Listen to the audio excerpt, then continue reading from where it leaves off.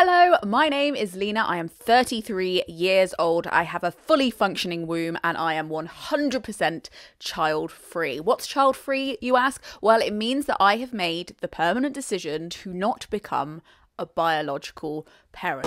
A decision that felt simple and easy for me to make internally, but was made complicated by the external reactions to it that have happened throughout my life. Now, I decided to make this video today because I know that Christmas is coming up, and Christmas or any kind of winter family gathering is really the place where you get tenderly asked, prodded, or even borderline harassed about your abilities to reproduce. So I thought it might be interesting for those of you who have made that decision or are thinking about making that decision, or would also just not like to be asked about that decision as much, to go through some of the assumptions and lies that I think are told about child-free people. Some of these have been implied to me. Some of them have been explicitly said to me out loud, believe it or not, and go through my feelings and opinions on them and see in the comments what yours are. Now, we're gonna have to both make peace with two things before we start this video. Okay, are you ready? The first thing that I am making peace with is that I cannot fit all of my thoughts and opinions about this topic into this video.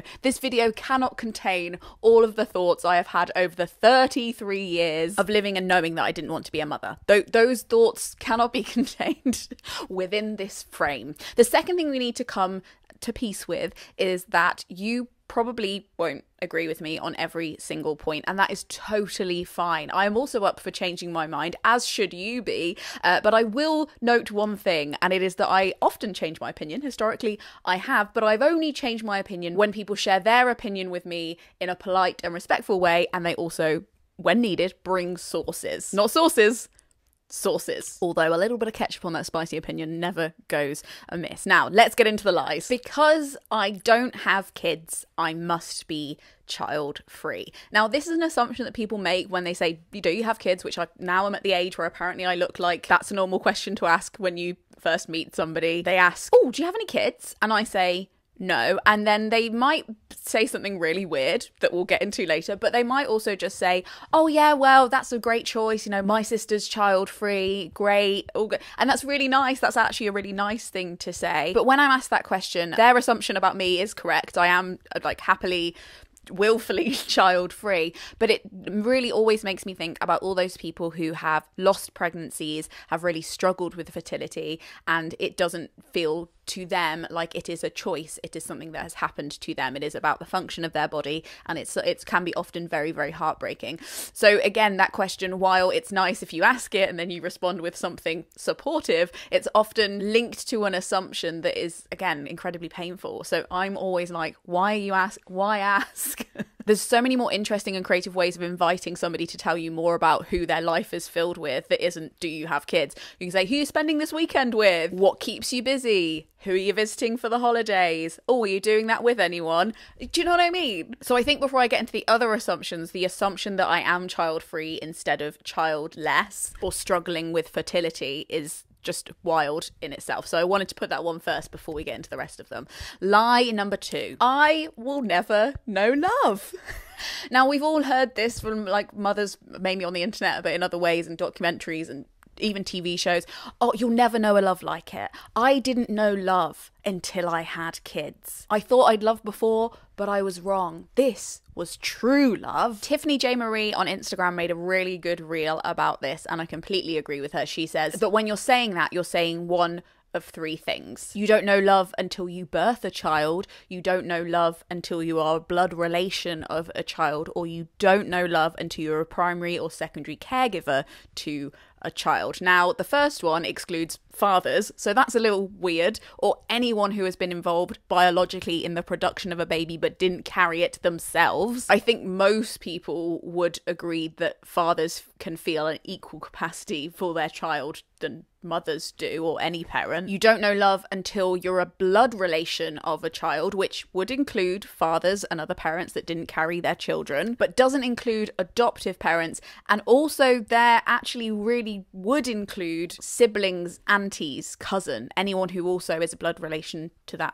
person, so therefore doesn't necessitate being a parent. And the third one is a primary or secondary caregiver, which anyone has the capacity to do. Adoptive parents, people in a non-nuclear family, au pairs, nannies. And arguably we can be the primary or secondary caregiver for somebody who isn't a child, and therefore, following that logic, would be able to experience this mythical, unique kind of love by simply being a carer to somebody else. Do you see how it kind of unravels? I'd really recommend reading this essay called A Very Short Essay Against As a Mother by Amy Key. And she says, as a mother, they say, and then they go on to describe the unique conditions of feeling compassion available only to mothers. It's a really interesting essay, and it talks again about how we have already had the conversation around men only justifying that they care about rape or the abuse of women by starting their sentence with as a father or as a brother, as if that qualifies them any more to care about other people. And while I completely understand and have witnessed firsthand the unique bond between, for example, a mother and her biological child, we also know that a lot of child and parent dynamics don't all feel the same. It's not automatic. Ask any true crime podcast fan. We all have different dynamics when it comes to love, and I think it's kind of beautiful to think that you have a different dynamic and a new way of loving a person when you invite them into your life, and they can't be compared between each other, and they kind of shouldn't be. It's magical and amazing to discover a new way of caring about somebody when you open yourself up to a new kind of dynamic and a new kind of responsibility, but something doesn't become more special when you label it exclusive to you and your situation. It kind of makes it less special. It kind of just makes it suspicious. So no, I'm not worried about not experiencing every kind of love, because I've already given up that option by not being able to love absolutely everybody in every single way. Everybody has to choose a life to live, and I've made peace with the fact that I won't be able to experience every single type of love because I can only love a limited amount of people in the limited time that I have on earth. That's fine with me. Next. You say that now, but your biological clock is going to kick in. People are saying that less to me now that I'm in my mid-30s. Shudders. But they said that all the time to me when I was like 25, 22. And I've also had friends describe that their biological clock has set in like a crocodile chasing them. And that's why they now feel like they want to have kids. Now, while I respect those feelings, I found out there's actually no biological basis for that. Cool. There's literally no evidence for there being a biological clock. In fact, the idea of using the term biological clock to refer specifically to women's fertility only started in the 1970s. Which, before that, we were just using it as like, what does our body need? When does our body wake up? What does it want? A reference to a daily or monthly cycle, not to a lifetime cycle. And coincidentally, wouldn't you know, it's the rise of the women's movement in the West. Women start getting liberated, and then this article is published. There's a whole thing about it. I'll leave the sources below. But anyone who seems to have written extensively about it describes it as a psychological phenomenon, maybe, but definitely not a biological one. So when I worry that my biological clock is going to set in, I feel like it kind of, again, implies that my body is going to turn on me, or that I don't have options when it comes to what my body is telling me versus what my soul and my heart and my brain is telling me, and why I can't make a decision to contradict that. In the same way that my body might have urges for me to cheat on my partner or eat until I feel sick, part of being an adult is managing those urges and thinking about what might be best for you and make you happiest long term. So even if there was a biological clock, I wouldn't be scared of it, because I think I've got the emotional maturity to manage a desire like that up against the long-term effects that that would have on my life and what I genuinely desire. I did make a list of things that people might be feeling when they refer to it as the biological clock setting in, and of course a lot of it is to do with economics. But instead of biology, you might feel like you know yourself better, you have more money, you are more settled, you're more powerful at work and therefore more comfortable leaving on time or requesting flexible hours or even freelancing, because the workplace structure has been largely designed around men and then they've like let women in the back door. It is often your 30s when we're told that the biological clock will start ticking, like we're being hunted by some kind of J.M. Barrie infused ticking crocodile. That's also happens to be when you often are in a more superior place or more comfortable place in your career, and you feel able to take the time off you need for your body to do what it needs to do and also recover and also settle into being a parent. It becomes more imaginable for you to do that. That might be the age that you've finally found somebody that you feel like the task of child rearing with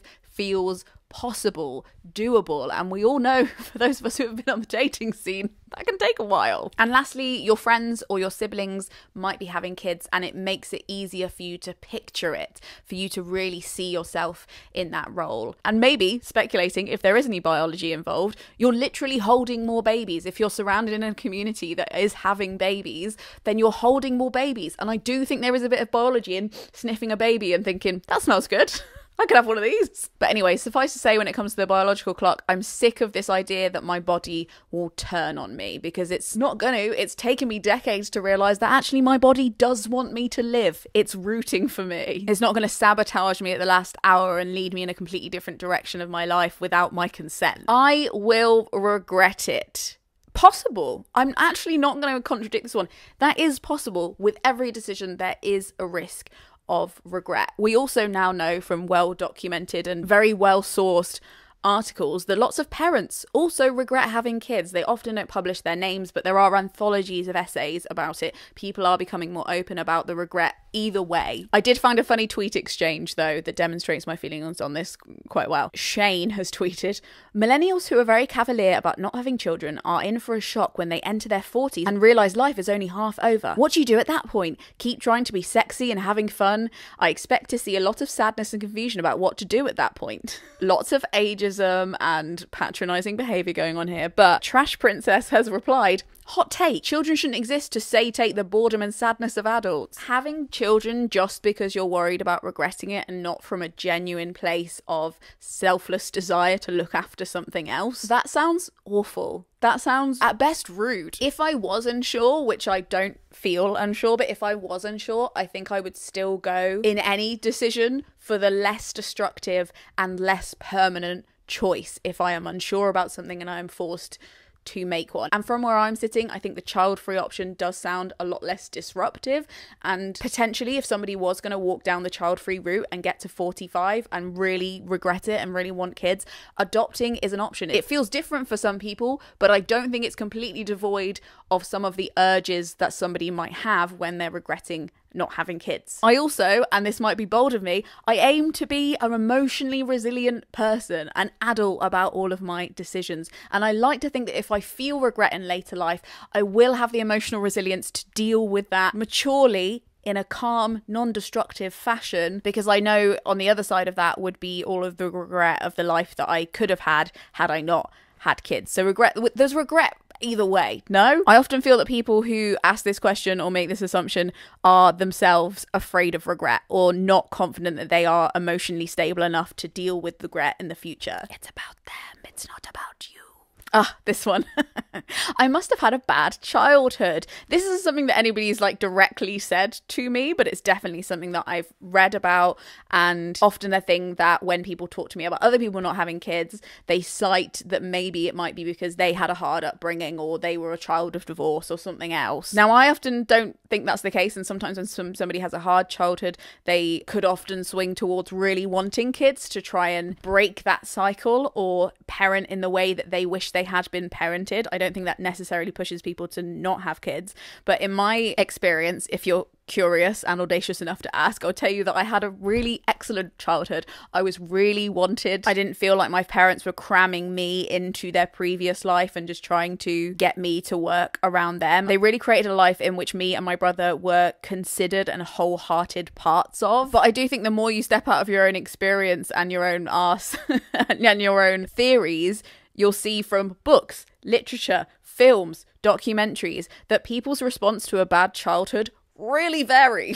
And pinning a life choice on that without even really knowing the person is just wild fictional delusions of grandeur that I can't really handle. The next lie, I can have it all. There's lots of coverage of this on the internet of how like we're really pushing against this idea that women can have it all, because the asterisk is of course always if you have money. This is something that people have attempted to reassure me about in person when I say, oh, actually, you know, I really don't want kids. And they say, why? And then in some misguided attempt to try and explain it to them, I've listed all the other things things I want to do with my life. And they've said, oh, but you can do that with children. You can do that with children. And I don't doubt that. A lot of people do achieve that, but they also have a lot of financial help. And there are also maybe people who are really keen on cramming a lot of stuff into their lives. They're good at plate juggling. They're good at playing loads of roles within one day or 1 hour. But I, for one, am not interested in trying to cram 2 or 3 lives into one lifespan. I can't do it. I don't think I have the capacity to do it, and I also don't want to. The whole, it's guaranteed that you can still go back to work and have the career that you had.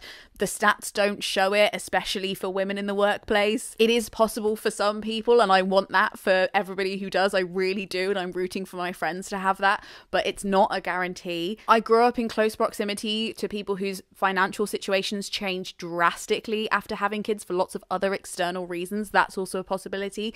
And also people who had kids who had needs they hadn't foreseen. You can't guarantee that your kid won't need you all the way around the clock. That's the magic of ableism working on our collective culture when we don't think about that. And also that they might need you after the age of 18. Families that include people with disabilities aren't as represented in the media, so you might not think they exist. They're often hidden from public view, but they're very much there. And the demands on their energy are high, and I think it's responsible before you have kids and you have the ability to make the choice to have kids if you do, that you consider wholeheartedly whether you will resent a life where your child needs you for more hours than you have allocated into your very optimistic future spreadsheet or timetable. And I think you really need to be okay with that. The sentiment of somebody reassuring me that that won't be the case is nice. I get the sentiment, but it doesn't ring true. It's not always a guarantee. I should be a parent because I would make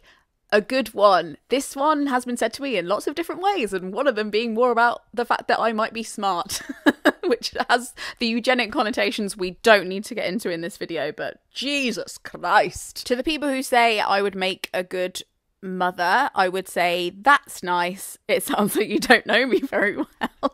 No, I'm not being self-deprecating. Thank you. It sounds like you're trying to give me a compliment how nice and calm and kind and imaginative I am. But do you know what under circumstances I am not kind and not patient and not imaginative under? Sleep deprivation. Something that I do know about myself is that I am not a nice person when I am under stress. I'm under pressure. I don't like it. And just because you think that I have the qualities of being, in inverted commas, motherly, just means that you have only seen me after I've had like 7 to 8 hours of sleep and have been very, very well fed and very creatively fulfilled that day. So it's nice that you had that experience with me. That's not always the case, and I think maybe some of you might agree that there's a sliding scale when it comes to somebody being equipped to assess you like that. But I also think that the qualities that you might list when you say somebody is motherly are very gendered, and also just very good qualities for everybody to have, qualities that everybody hopefully is trying to be capable of and aren't exclusive to people who seem motherly to you. Motherly can also be coded as people who don't have boundaries, people who take on other problems as their own, people who sacrifice their own needs in the face of the people around them. And those aren't things that necessarily mothers have, but it's things that might make you feel like somebody would make a good mother. Well, actually, it might just mean that they need therapy. Talking to myself here, myself and me alone. I also, now I'm just venturing a guess here, but I feel like I experienced a lot of implicit fat phobia growing up as quite a chubby person in the 90s and early noughties, when chubby was considered anything veering on resembling young Monica in Friends. Like it was a dark time, but I constantly in plays and theatre stuff that I was part of would be cast as the mother. It became quite the joke because I was more full-bodied, not a thin attractive heroine stereotype, and therefore as the mother. And I do often sometimes read that into it when people say, oh, I think you're really motherly, you'd make a really good mother. I just think that is the inherent fat phobia and chubby phobia of society at play subconsciously in your mind, because I don't know where you got that idea from. It's a very pressuring, backhanded compliment to say to somebody, I think. I owe it to my ancestors to carry on my bloodline. Now, thankfully, nobody has ever said this to me in person, but it's actually something that I've heard other people say about themselves, like, oh, I want to carry on my parents or my grandparents' genes, or even subconsciously for me, I was like, wow, like, what if I don't know, should I carry on those genetics? Like, that they're the people that I care about, they kind of won't be in the world if I don't have kids. Like, there's definitely a lot of like emotions there for all of us. But as I've broken this down, when I've been able to say it aloud to myself and then realize how it sounded, I realized that I've been thinking about bloodline in this inheritance top-down way. Might be how we were taught to draw family trees at school. It's not how it works at all. And I understand the teachers who just wanted to go and have a fag break and didn't want to spend 45 minutes explaining it to us. This is a very simple way of understanding it. It's just not really realistic. It's much more messy than that. It's much bigger. It probably looks more like this. And we also look at a very small bloodline fueled inheritance tree because we were taught to see the man's line as the most important one. The woman's can just be forgotten. It's because we've lived in an economic situation where inheritance is incredibly important. And I get the notion and some of the historical context in which being proud of a bloodline is incredibly important to people. But I think we can also agree that in some situations it has led to a lot of, and I say this in the most diluted way I can, a lot of fucked up shit. Now, because family works this way, in this incredibly messy, huge, sprawling way, it does feel slightly impossible, and unless in extenuating circumstances like things like horrific, like genocide, it does feel impossible for people's genes to completely disappear. Another thing I learned on the internet is that just because you are descended from somebody doesn't mean you have their genes. The way genes work is wild. There are lots of different numbers, obviously dependent on how many brothers and sisters every person in your family has ever had. But if you go back 10 generations and pick an ancestor, it's very possible that that ancestor has at least 1,000 descendants. 1,000 descendants. Anyone with any vague English ancestry, whatever that means, today, there are lots of different studies that show that 86% of those people are descended from William the Conqueror in some way. But rest assured, the genes that are in your body are not the only body they exist in. They are also in other bodies. And because of generational cones and exponential doubling and things we do not have time to go into right now, please don't worry about the only way that you can leave a legacy or leave an indelible mark on the genetics of humanity is by having a child. Please don't believe that. It's not true. Also, the idea of having a child just to leave a legacy can potentially make you a really toxic parent. Dan from One Tree Hill, I'm looking at you. I saw a reel or a TikTok or something that I cannot find now, and if you have seen it, please send me the link, where a person talked about how she knew a lot of the women in her past had really struggled and really had a lot of pain and a lot of issues, and the idea that she was just letting herself rest in this generation. This was if her soul had been passed down, if there were parts of her ancestors that were in her, she just wanted them to rest. She wanted to have a restful, fulfilling, finally peaceful life, and that was part of her practice of not having children. That was so interesting. I really want to find it. But it also made me think about something I think of often, which is that for many of us who are my age, around our 30s or late 20s, we might be the first generation in our family to not only legally have the right to abortion, which fun fact, recently found out that if you are in the UK, you don't technically have the right to an abortion. You just have like a stipulation in the law that lets us have abortions, but it's still technically illegal.